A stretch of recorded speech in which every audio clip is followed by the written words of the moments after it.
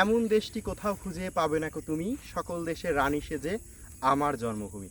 আমি এখন ঠিক যেখানে দাঁড়িয়ে আছি, আপনারা দেখছেন আমার বাম সাইডে লেক, তার ওপরে পাহাড়ি টিলা, এবং আমার ডান সাইডে ওই যে পাহাড়ি টিলা, উপরে সেগুন গাছ, খেজুর গাছ, এবং এর মধ্যে লুকিয়ে আছে অসংখ্য সুন্দর সুন্দর সব ফলের গাছ।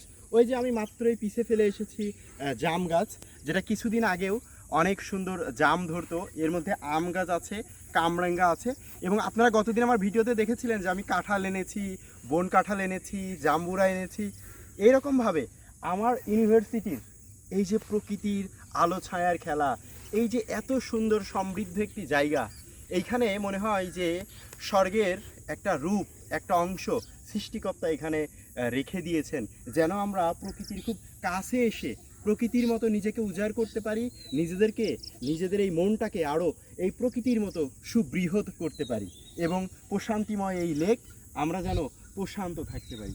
এই এত সুন্দর জায়গা, এটা জায়গাটা খুব অসাধারণ। এবং ওই দূরে আমার ক্যামেরাম্যান দেখতে পারবে কিনা, ওইখানে আম গাছে কিন্তু মনে হচ্ছে মুকুল এসেছে, ওটা হয়তো 12 মাসি আম। এবং এই ক্যাম্পাসে আমরা দেখেছি অনেক অফ সিজনে কাঁঠাল পাওয়া যায়, বনের মধ্যে আম পাওয়া যায়, এবং অসাধারণ অসাধারণ। তো আমার বাকি ভিডিওতেও ইনশাল্লাহ আপনারা আমাদের ইউনিভার্সিটির বিভিন্ন অংশ দেখতে পারবেন। আমার একদম শেষ সময় ইউনিভার্সিটি, কিন্তু মনে হচ্ছে কিছু স্মৃতি রেখে দিই। ঋষি হাসান, টাটা।